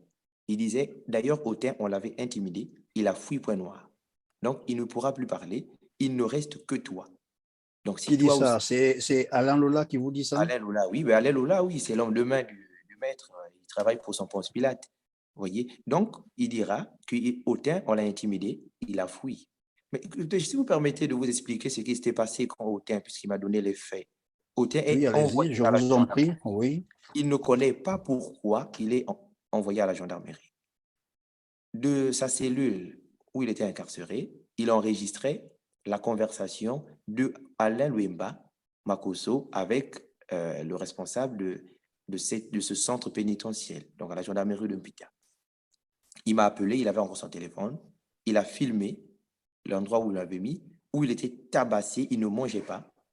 Ensuite, Alain Lemba a dit, et soi-disant d'après Alain Autain, qu'il les entendait dire « Oui, mais il est en train de me salir et tout ça. » Et le gendarme va lui dire « Mais monsieur, s'il est en train de vous salir, en quoi? Si tel est le cas, nous allons le déférer devant le procureur pour qu'il ait au moins le droit de défense, qu'il dise qu'est-ce qu'il en sait sur la diffamation dont vous l'accusez. » Alain Lemba va contacter, puisque c'est les seigneurs, hein, de la justice des seigneurs et des pauvres, hein, l'égalité et l'inégalité des classes. Il a pris Autain, il l'a amené au tribunal de grande instance de Pointe-Noire. Autain m'avait dit qu'il a été reçu par un certain Joseph, procureur, soi-disant. Joseph, c'est Autain qui le dit. Et ce procureur ne l'a jamais entendu. Il est venu, il lui a dit, monsieur, c'est toi qui es en train de salir l'image d'un notable comme ça. Il a dit, monsieur, je ne suis pas en train de salir son image. Il y a eu une plainte contre lui de mon cousin éloigné, puisqu'avec Autain, on est cousin dans la grande famille africaine, mais on n'est pas famille au sens propre. Il a dit, il y a mon cousin qui lui a porté plainte parce qu'il l'avait violé, et moi, je suis témoin. le procureur lui a dit de sortir. Sors, tu ne reviens plus ici. Et quand il est sorti, il a oublié son téléphone. Là, il s'agit de juillet 2020. Et quand il est sorti, il a dit, mais merde, j'ai oublié mon téléphone. Il retourne au secrétariat où on dépose le téléphone à l'entrée du tribunal. Il demande à la secrétaire de lui donner son téléphone. On lui dit, il faut un mot du juge pour aller récupérer son téléphone. Il est parti. Quelques semaines après, Alain Louimba envoyait encore de jeunes, dont je ne vais pas citer les noms, pour rechercher encore Autain. Autain, finalement, va décider de fuir. Il est parti 2 points noirs à Madingou, de Madingou à Dolezi, de Dolezi à Madingou. Et à Madingou, il a pu avoir un numéro. Il m'a contacté. Je lui ai dit, Autain, arrive à Brazzaville, va voir le nonce apostolique, puisqu'il est notifié de l'affaire. Quand Autain arrive à Brazzaville, il a essayé de rencontrer le nonce apostolique. Il n'a jamais pu, parce que le nonce, vu son calendrier, il est à la fois nonce au Congo et au Gabon. Mais Autain était inquiété de rien, si vous permettez, M. Perrin. Il menait sa vie en toute liberté, en toute quiétude. La preuve, il travaillait à DRTV à la radio. À la radio. Et d'ailleurs, il a Et d'où parlé vient avec ça. que Maître Kalina puisse dire qu'il était en cavale et qu'on ne pouvait pas mettre la main sur lui? Il avait été condamné par contumace. Écoutez, quand on dit une personne est en cabale, il faut encore savoir pour Kalina, Maître Kalina Menga, c'est quoi la définition? Qu'est-ce qu'il met dans le mot cabale? Quelqu'un qui a un numéro de téléphone, qui avait un WhatsApp, et le numéro au Congo est identifié en son nom. Comment il peut être en cabale sur le territoire national, dans la capitale, et il travaillait à la radio. À la radio. À la radio, à la DRTV, la radio DRTV, il faisait une émission, je pense, tout le Bela Congo, en Et puisque Lingala, puisque c'est un chroniqueur. Maître Kalina Menga parle d'un procès, même si Autain, s'il a été condamné par contumace, comme il le dit, est-ce que Autain ne vous a pas rendu compte de ce qu'il aurait eu peut-être lui aussi un avocat pour le défendre? Il n'y a pas eu un procès? Il n'a jamais eu un procès. Il Et n'y a parce que jamais eu. Maître Kalina parle d'un procès équitable, en plus, c'est ce qu'il a dit. Il s'agit là peut-être du procès au tribunal de Gondwana. Parce que moi, écoutez, j'ai eu mon bac en 2011. Dans ma promotion, j'ai des amis juges au tribunal de Pointe-Noire. J'ai contacté des amis. Ils n'ont jamais eu connaissance de ce jugement. Alors, écoutez, comment permettre un Ça veut jugement dire que par ça contumace, n'existe pas, ce jugement n'existe pas. mais qui nous produise un arrêt? Il a dit, écoutez, lapsus révélateur. Moi, je suis professeur, j'enseigne la philosophie. Ça, il ne peut pas en douter parce que j'avais un grand centre d'encadrement en 2014 de philosophie à Saint-Quisito. Je salue d'ailleurs mes élèves. Il y a ce qu'on appelle des lapsus révélateurs. Qui s'accuse, s'excuse. Écoutez ce que Maître Kalina Menga dit, que Autain a été condamné par contumace. Le juge a même permis de rendre public ce jugement. C'est un lapsus révélateur. Comment un avocat de son rang va dire que le juge permet qu'un jugement soit rendu public? Mais tout jugement est rendu public, affiché d'ailleurs. Monsieur Kalina Menga, de quel tribunal vous parlez? De quelle justice vous parlez? Où un jugement est rendu, pour que ça soit publié, il faut que le juge le permette. Ce qui signifie que c'est un jugement de nuit. C'est un jugement qu'ils ont fabriqué. C'est un jugement préfabriqué au tribunal que eux-mêmes connaissent. Et on nous demande de faire appel de ce jugement. Mais quelqu'un qui était existentiel, être et étant à Brazzaville, comment permettez-vous que cette personne soit condamnée par contumace? Ensuite, on l'arrête pour aller faire sa peine. Mais au contraire, allez l'arrêter pour venir présenter sa défense, qu'il ait le droit. Qu'il soit pauvre ou riche, il a le droit de l'aide juridictionnelle. L'État lui donnera un avocat qui va présenter sa défense, qui défendra ses intérêts. Tout être humain, d'ailleurs, a le droit à la défense de ses intérêts. Mais Autain ne s'est jamais défendu. D'ailleurs, il était surpris, même sa famille a été surprise, de voir qu'il a été enlevé, envoyé au commissariat central d'Angola Libre. Et c'est là où la famille est partie, puisque j'ai parlé moi-même avec la famille, pour demander pourquoi on l'a arrêté. Savez-vous qu'est-ce qu'on nous a répondu? C'est un colonel qui a quitté Pointe-Noire, qui est derrière le dossier pour le faire arrêter. Un colonel, mais on comprend tout comment notre pays fonctionne. Mais aussi, j'aimerais interpeller nos autorités judiciaires, nos ministres de la justice, notre ministre de la Justice, le ministre de l'Intérieur. Aujourd'hui, le comportement, ce tel bavure, ça salit l'image de toute une institution, de tout un État. Une personne, s'il y a eu une plainte, mais il a droit à un jugement équitable, comme a dit monsieur. Il appelle un jugement équitable un jugement en solo, un jugement solo homo. Donc, Alain Louemba, qui nous dit qui était l'avocat de Alain Louemba, c'est lui. Qui était l'avocat de Oten Sila, c'est lui. Qui était Oten Sila au procès, c'est Kalina. Et il est fier de venir devant les médias pour dire il faut parler d'un jugement équitable. Qu'est-ce qu'il appelle jugement équitable? Je me demande s'il définit bien un jugement équitable. Mais aujourd'hui, ce que nous demandons, puisque Alain Oten Sila a été soi-disant condamné par contumace, nous l'assumons. Voyez, parce que nous savons comment ça se passe au Congo. Ils vont produire des éléments qui ne seront pas, quelquefois non pas enregistrés. Moi, j'ai demandé à mon frère, qui a été voir au tribunal, ils n'ont pas d'éléments, mais c'est ça qu'ils vont le produire, parce qu'ils ont le miracle russe, le miracle judiciaire va se produire, mais nous irons devant la cour d'appel contre ce jugement-là. Mais puisque c'est un jugement inexistant, on ne retrouve pas le jugement. La famille a demandé d'avoir le jugement pour savoir pourquoi il a été condamné. Personne ne sait. On nous parle de diffamation. Et Maître Kalina répond. Et la diffamation dont on fait état ici, c'est le témoignage qu'il a eu à rendre là, c'est ça qu'on appelle témoignage. Mais au lieu de parler de diffamation, l'abbé Alain Louemba Makosso devrait plutôt se présenter devant le tribunal là, pour expliquer que de parler d'une diffamation. Et j'ai même entendu dire maître, toujours Kalina, bien entendu, Lionel Kalina Menga, dire que finalement, il va vous porter plainte à Paris pour laver, voilà, il disait l'image de l'abbé Louemba Alain Makosso. Alors qu'il y a déjà une plainte qui existe. Vous savez, monsieur. Est-ce que vous ne ferez pas mieux, par exemple, de notifier cette plainte-là, par exemple, à Maître Kalina, puisqu'aujourd'hui, on sait désormais que c'est lui qui défend la cause de l'abbé Alain Louemba Makosso. Pourquoi ne pas notifier cette plainte à monsieur, disons, à Maître Kalina? Dans la vidéo, je l'ai entendu dire qu'il n'a connaissance de rien, donc il n'a pas connaissance de la plainte. Pour lui, la plainte n'existe pas et que son client n'a jamais été notifié. N'est-ce pas l'occasion maintenant là de notifier cette plainte à Maître Kalina Menga? Bonne question d'ailleurs. Mon avocate ou mon avocat, parce que ces gens, on sait quel pouvoir de nuisance ils ont, je vais vous faire le dire comme ça, à partir de la semaine prochaine, fini la bataille médiatique, place à la bataille judiciaire. Et nous attendons monsieur Kalina Menga, avocat d'Alain Louemba Makosso, qu'il ait des arguments pour défendre son client devant le tribunal. L'avocate va notifier, renotifier, saisir le tribunal de la Cité du Vatican, se constituer partie civile, ressaisir le nouveau nonce apostolique du Congo, ressaisir toutes les autorités judiciaires du Congo, et nous allons voir, et on lui enverra en copie l'existence de cette plainte du datant du 5 juin 2020. Nous allons voir ce que M. Kalina, qui lui, par son comportement, devient complice de son client.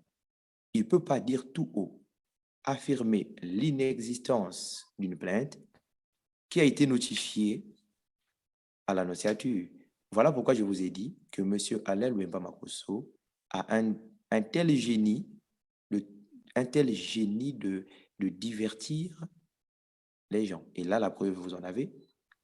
Il a même dit à son avocat, parce que son avocat parle en son nom, j'espère.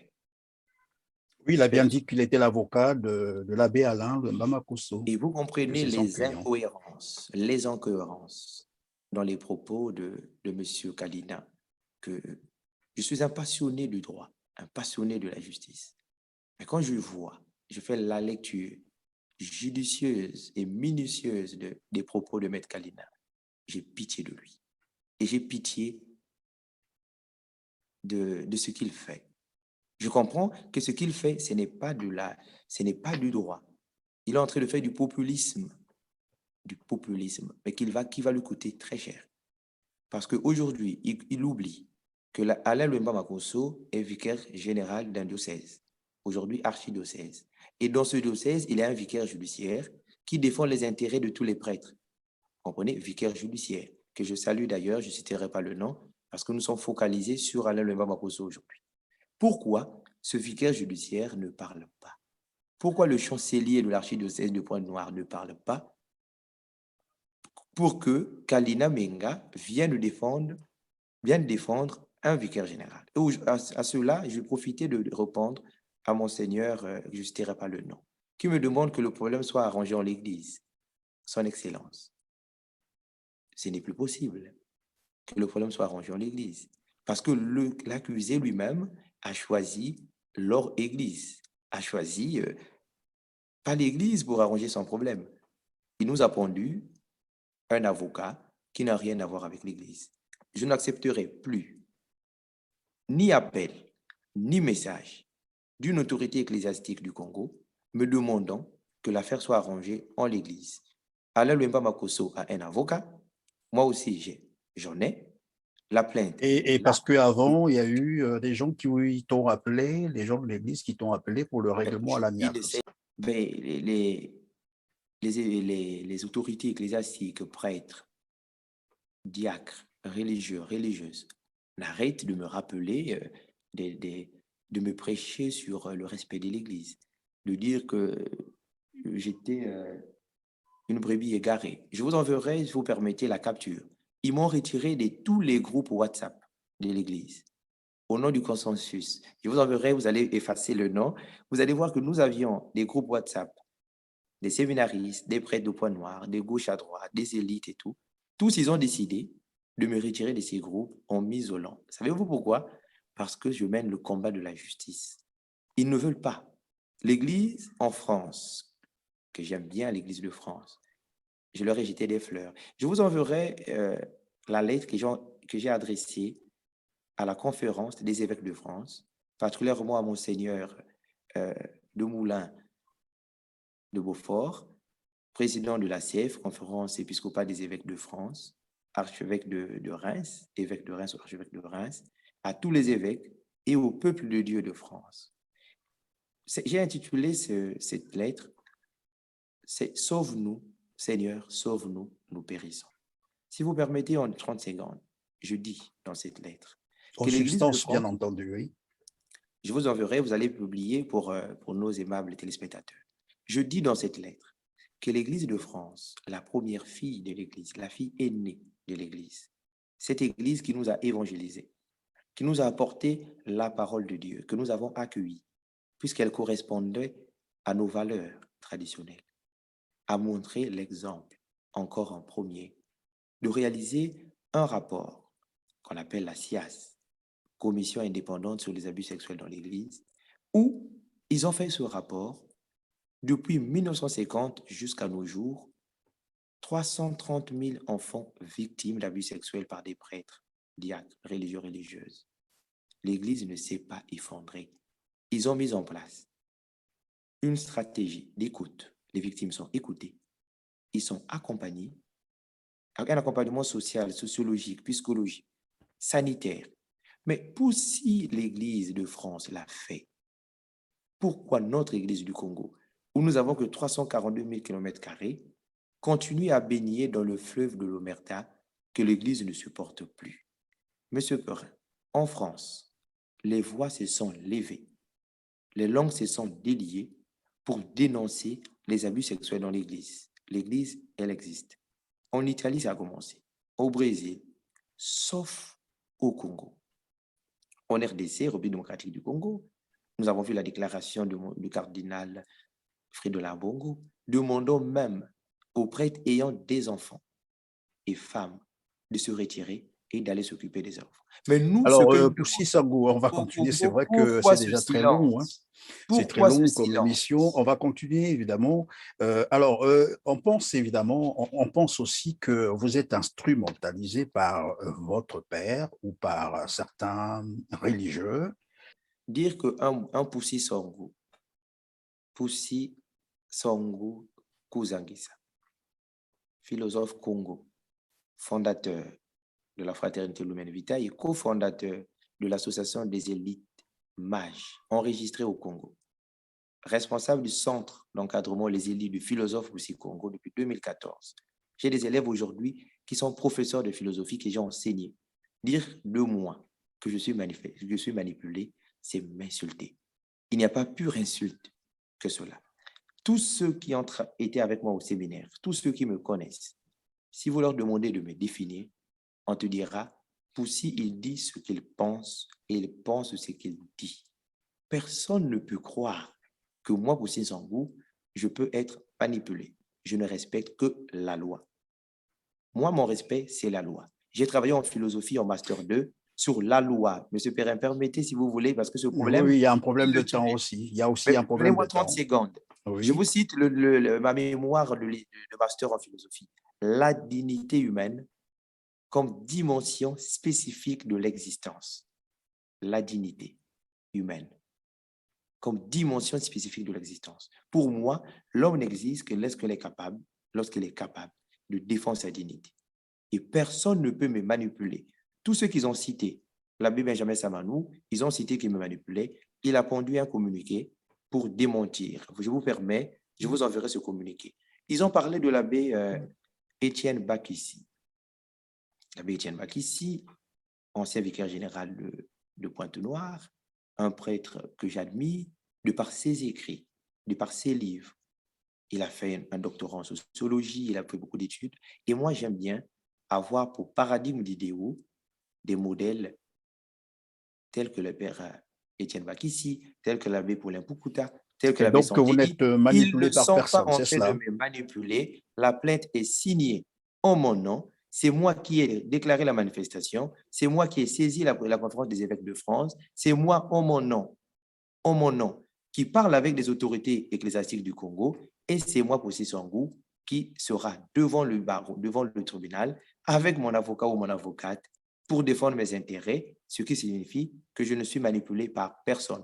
Alors, donc, vous disiez que vous n'êtes instrumentalisé par personne, c'est vous-même et vous prenez là vos propres responsabilités. Alors, donc, vous nous disiez un peu plus au début de cette émission que Alain Lola, qui se présente souvent, soit il est Franck, soit Alain, vous a proposé quelques médiations, des négociations, des propositions de solutions, comme qui dirait, quelques pistes de solutions, allais-je dire, au point même de vous proposer un règlement à l'amiable au Maroc ou en Espagne, c'est ça?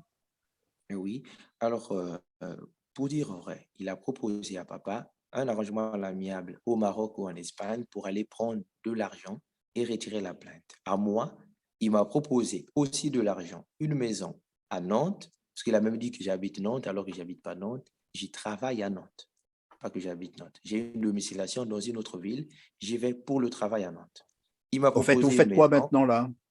Quelle est votre activité professionnelle maintenant? Ben, je travaille comme assistant administratif. J'ai toujours travaillé en France d'ailleurs. J'ai travaillé comme assistant administratif à la communauté urbaine d'Alençon, donc à la mairie, comme assistant administratif. Et j'ai deux travails. Voilà, c'est pour ceux qui veulent. Je suis employé dans deux entreprises. Je ne vais pas me vanter. Et Non, mais j'enseigne je aussi. vous ai posé cette question parce que quelque part, j'ai semblé lire que vous avez usurpé, c'est ce qu'ils ont dit, hein, un titre du genre, vous êtes prêtre. Vous passez pour un prêtre alors que vous n'avez jamais été ordonné. Ça aussi, ça a Alors été dit. là c'est une occasion de faire un bon cours de catéchèse à tous ceux qui le disent. Ils Non, en connaissent, bref, bien sûr, en en bref, je bref, sais que en les bref, prêtres parlent beaucoup, en mais en bref. bref. Alors, puisqu'ils disent que j'ai usurpé le titre de prêtre, la réponse est dans le catéchisme de l'Église, dans le Concile Vatican II. S'ils ont fait bien leur cours de théologie, ils savent que tous nous sommes prêtres, prophètes et rois. Le sacerdoce ministériel existe. Il y a ce qu'on appelle le sacerdoce royal. Par le baptême, nous devenons prêtres, prophètes et rois. C'est la réponse qui leur vaut mieux. Et s'ils veulent, ils pourront demander des cours de théologie. Je leur en donnerai gratuitement. Je suis prêtre. Personne ne peut m'enlever ce terme, même pas le pape. Il acceptera que je suis prêtre. Puisque c'est de ce titre qu'ils ont parlé. La réponse, c'est que je suis prêtre, qu'ils aillent lire le catéchisme de l'Église, qu'ils aillent lire leur concile Vatican II et qu'ils aillent lire le droit canon. Si je ne suis pas prêtre, qu'on vous donne les articles en réponse. Je suis prêtre. Et vous Aussi. célébrez les messes, c'est ça? Alors, la question est de savoir si je suis prêtre. Un prêtre ne célèbre pas la messe, si vous voulez. Ça, c'est un abbé, parce que c'est eux qui ne connaissent pas leurs droits. Il y a un prêtre, et il y a un prêtre abbé et un prêtre père. Alors, on ne va pas faire un cours de théologie, sinon ça nous tirera en longueur. Vous voyez, ça va nous tirer en longueur. Je suis prêtre Et d'ailleurs, voilà, ce n'est pas ça l'objet de l'émission, sinon ils vont tirer des Non, mais je ficelles à voulais plusieurs. simplement savoir, parce que Mais il c'est faut des leur questions répondre évidemment que que les Poussi téléspectateurs Sambou se posent, affirme hein. et signe qu'il est prêtre, point, puisque c'est leur question. Mais vous n'avez pas été ordonné, comment vous êtes prêtre? Mais pourquoi ils parleront de l'ordination? Qui avait ordonné Pierre dans la Bible? Qui avait ordonné Paul? Qui avait ordonné Marc?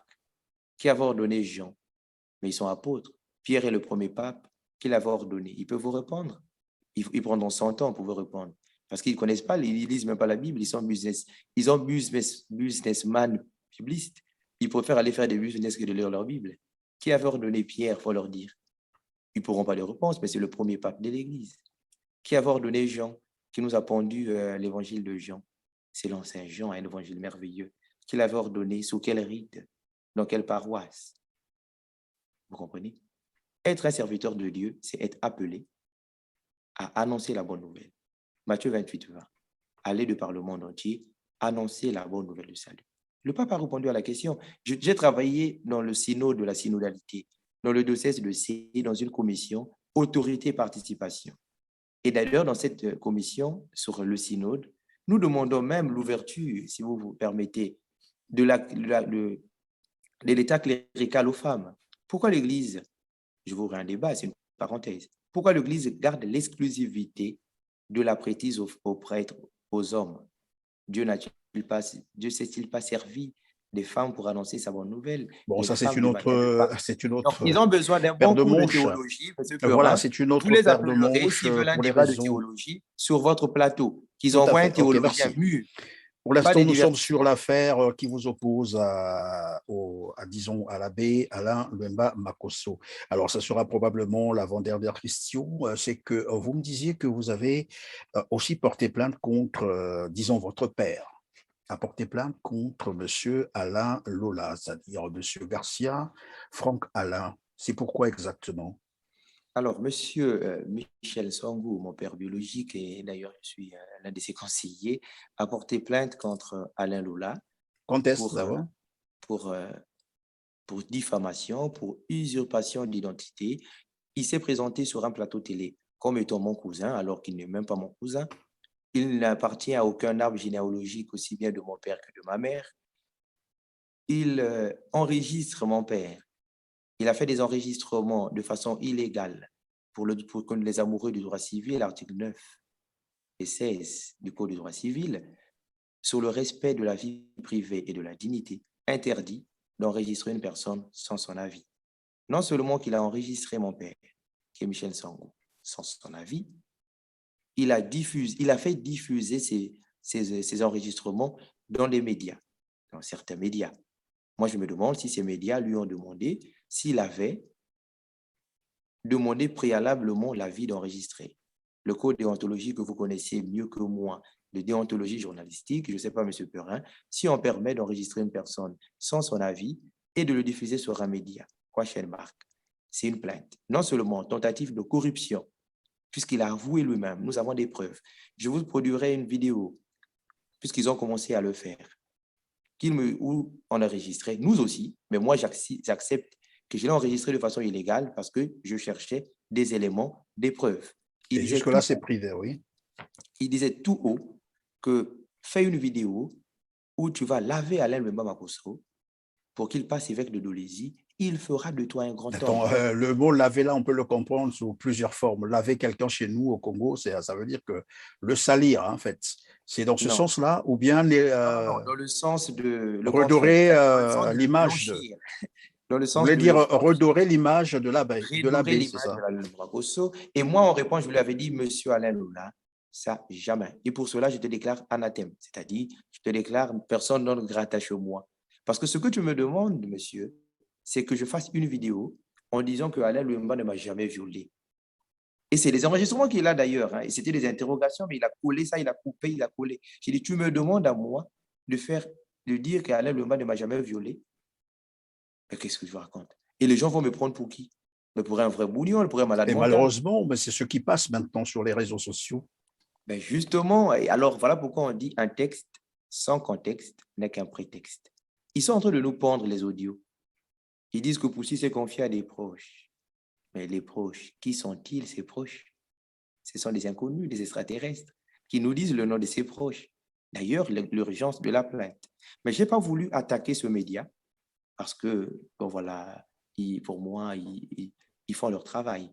Ils ont peut-être été induits en erreur par Alain Lula ou par certains d'ailleurs. Il n'y a pas que Alain Lula, si vous permettez. Il y a d'autres combattants de la place de Paris qui, eux, parlaient avec moi, avec papa en conférence, nombreux, pour chercher à nous aider à arranger nos différents familiaux. Mais les différents familiaux existent dans toutes les familles. Ils ont pris ces audios qu'ils ont produits à ce média dans le seul but de décrédibiliser mon père. Si vous permettez. Et oui, votre père, dont maître Lionel Kalina Bega a dit qu'il avait été condamné par contumace, lui aussi, à 5 ans d'emprisonnement ferme. Écoutez, vous avez une idée sur ça? Le maître Kalina, en fait, j'ai pitié même de commenter ces déclarations parce qu'elles sont teintées d'une incohérence intellectuelle énorme. Et moi, autant qu'intellectuel, j'ai peur, j'ai honte de commenter ces déclarations. Ils vont condamner M. Michel Sangou par contumace. Pour quelle infraction? Mais peut-être qu'il a raison. Est-ce que vous avez vérifié cela aussi au niveau de Brazzaville? On a vérifié, puis il n'y a rien. Moi, j'ai des amis qui sont juges, des amis de ma promotion qui sont juges à Pointe-Noire. J'ai demandé, ils ont dit, mais ton père n'a pas de condamnation ici. C'est du pipeau, du populisme qu'ils sont en train de faire. Ils veulent divertir la galerie, M. Perrin. Tout ce qu'on va leur demander, c'est de venir à un procès équitable, puisqu'il a employé le terme, qu'ils prennent son client dans le vol Air France, qu'ils viennent. Ils ont dit qu'ils vont nous porter plainte. Ils ont d'ailleurs dit qu'ils vont me porter plainte. Mais jusqu'aujourd'hui, on ne voit rien. Il n'y a pas de la plainte. Leurs plaintes sont toujours des plaintes imaginaires. Pour reprendre les termes du Premier ministre Colini Makosso, des discours émotionnels. Des discours émotionnels. Ils suivent des discours émotionnels et malheureusement, pour ne pas me tirer de foudre, nombreux écoutent ces discours émotionnels au lieu d'écouter les voix officielles. La voix officielle, c'est la plainte qui existe depuis le 5 juin 2020 contre Alain Lemba Makosso pour abus sexuels et Monseigneur Miguel Olavurie pour son silence complice. Voilà la plainte. Et nous les attendons sur le terrain judiciaire, à bras ouverts. On ne dit pas qu'on a le monopole de la vérité. Vous avez d'ailleurs dit, ils ont la présomption d'innocence. Nous attendons la plainte. Celui qui a tort sera condamné, celui qui a raison sera lavé, et nous acclamerons le verdict de la justice. Voilà, nous sommes donc arrivés à la fin de cette émission, à moins que vous ayez une dernière préoccupation, un petit point qui vous tient à cœur. J'aimerais dire que l'Église du Congo en général devait écouter ces cris de cœur des victimes qui montent vers elle, les écouter, les accompagner. Il en va du bien de notre pays. De nombreuses victimes silencieuses sont dans ce pays. Déjà là, on a arrêté à Autun. Ce chantage, cette manipulation fera peur à d'autres victimes de parler. Et j'invite de vive voix, avec tout le respect, Monseigneur Manamika, bienvenue. Bienvenue Manamika, archevêque de Brazzaville, actuel président de la conférence des évêques du Congo. Je vous appelle Excellence. Non seulement à ouvrir une sorte de plateforme d'écoute des victimes, même un numéro vert, pour écouter les victimes en toute discrétion. Mettez même un comité qui peut écouter les victimes. Ensuite, vous les accompagnerez à la lumière de la vérité et de la justice. En ce qui concerne Alain Lemba Makosso, c'est un procès qui aura lieu. Ce problème a dépassé les ondes de l'Église. Il se situe au niveau de l'État. Et ça, ce n'est pas de votre compétence, puisque vous êtes archevêque de Brazzaville, vous le laisserez ou vous le conseillerez. Et je demande à tous les évêques du Congo de plaider, de demander à Alain Lemba Makosso d'effectuer simplement le déplacement de la France, qu'il vienne en France. Puisqu'il est innocent, qu'il vienne en France. Qu'il le vienne ou non, fini la bataille médiatique, c'est d'ailleurs peut-être ma dernière émission, place. Probablement pas, parce que lundi, nous attendons lundi ou mardi, probablement que M. Alain Lola pourra encore se prononcer, on ne sait jamais, parce qu'il ne faut pas que ça soit pris non plus comme... Il ne va plus parler, il ne va plus parler. Non, mais il ne faudrait pas que ça soit pris comme une obstruction, disons, à la vérité. Et si jamais il nous relançait, nous vous tiendrons informés pour ce face-à-face. Et nous attendons également M. Brice Makosso pour ce dimanche. En 5 secondes. J'aimerais m'adresser aussi à Pascal Wemba, frère de l'abbé Alain, pour lui rappeler que son frère, Alain Wemba Makosso, avait fait vœu de sa vie à l'Église. Il s'est consacré à l'Église. Son problème ne concerne pas la famille. Qu'il laisse l'Église envoyer son vicaire général vers un procès. Et lui, autant que Pascal Wemba, son frère, n'a pas à se mêler des problèmes qui concernent deux membres d'une même église locale. Il s'agit d'un problème d'agression sexuelle qui s'est passé dans l'église. Pascal Wemba n'a pas le droit de menacer qui que ce soit, puisqu'il est en train, lui, de faire l'avocat du diable. Il est en train de vouloir faire le conflit d'intérêts, qui laisse l'Église envoyer son vicaire général. Alain Wemba Makosso est une autorité ecclésiastique, la deuxième personnalité la plus importante de l'Église de Pointe-Noire. Alain Lula n'est pas mon parent. Pascal Wemba n'est ni prêtre. Qu'il se taise à jamais et qu'il laisse la justice faire son travail au lieu de faire du chantage et des menaces aux gens. Puisque leurs menaces sont enregistrées, ils pourront répondre un jour. Et nous ne voulons pas mener un combat dans la diversion, dans la distraction. Je vous remercie. Mon mot de fin, que justice soit faite. Eh bien voilà, nous sommes donc arrivés à la fin de notre émission. Merci M. Poussine Sangou de nous avoir apporté ces éléments d'éclairage. Mesdames, Mesdemoiselles et Messieurs, fidèles téléspectateurs, merci à vous aussi de nous avoir suivis, mais je tiens à rappeler que nous ne sommes pas un tribunal, nous sommes un média alternatif. Notre mission à nous, c'est évidemment de promouvoir la liberté d'expression. J'ai dit que nous sommes un média structuré, légalement établi, administrativement établi. Nous n'avons rien contre l'Église catholique, nous n'avons rien contre un abbé, nous n'avons rien contre quelqu'un. Donc, ça ne sert à rien d'en faire une récupération religieuse, une récupération ethnique ou une récupération politique. Nous sommes un média et c'est notre devoir de donner ou de tendre le micro à tous ceux qui veulent s'exprimer. C'est pour cela que nous existons. Pour le reste, l'interprétation que les gens feront autour ne nous engage pas. Quand j'ai dit ça, je crois avoir été très bien compris. Mesdames, Mesdemoiselles et Messieurs, on se dit donc au revoir et à très bientôt. Mais d'ici là, comme j'aime à le dire, prenez vraiment soin de vous car chaque jour est une vie. Merci.